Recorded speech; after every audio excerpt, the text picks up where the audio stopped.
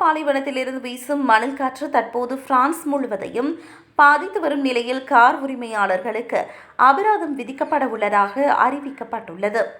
கடந்த 3ஆம் தேதி முதல் தெற்கு பிரான்சில் தொடங்கிய இந்த மணல் படிவு தற்போது நாட்டின் பிற பகுதிகளுக்கும் பரவியுள்ளது.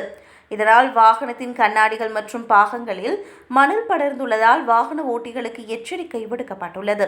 பிரான்ஸ் நாட்டு சட்டப்படி வாகன ஓட்டிகள் தங்களுக்கு சாலை தெளிவாக தெரியும் வகையில் வாகனத்தை பராமரிக்க வேண்டியது கட்டாயமாகும். மணல் படிந்த நிலையில் வாகனத்தை ஓட்டுவது விபத்துகளுக்கு வழிவகுக்கும் என்பதால் வாகனத்தை சுத்தப்படுத்தாமல் இருப்பது சட்டப்படி குற்றமாக கருதப்படுகிறது.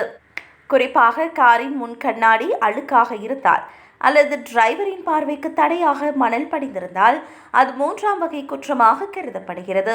போலீஸ் சோதனையின் போது பிடிபட்டால் இதற்காக 68 யூரோக்கள் அபராதம் விதிக்கப்படலாம். ஒருவேளை இந்த அபராத தொகையை உடனடியாக அல்லது முன்கூட்டியே செலுத்தினால் அது 45 யூரோக்களால் குறைக்கப்படும். எனினும் அபராதத்தை தவிர்க்க வேண்டும் என்றால் மணல் புயல் ஓய்ந்தவுடன் வாகனத்தை முறையாக சுத்தப்படுத்துவது அவசியமாகும்.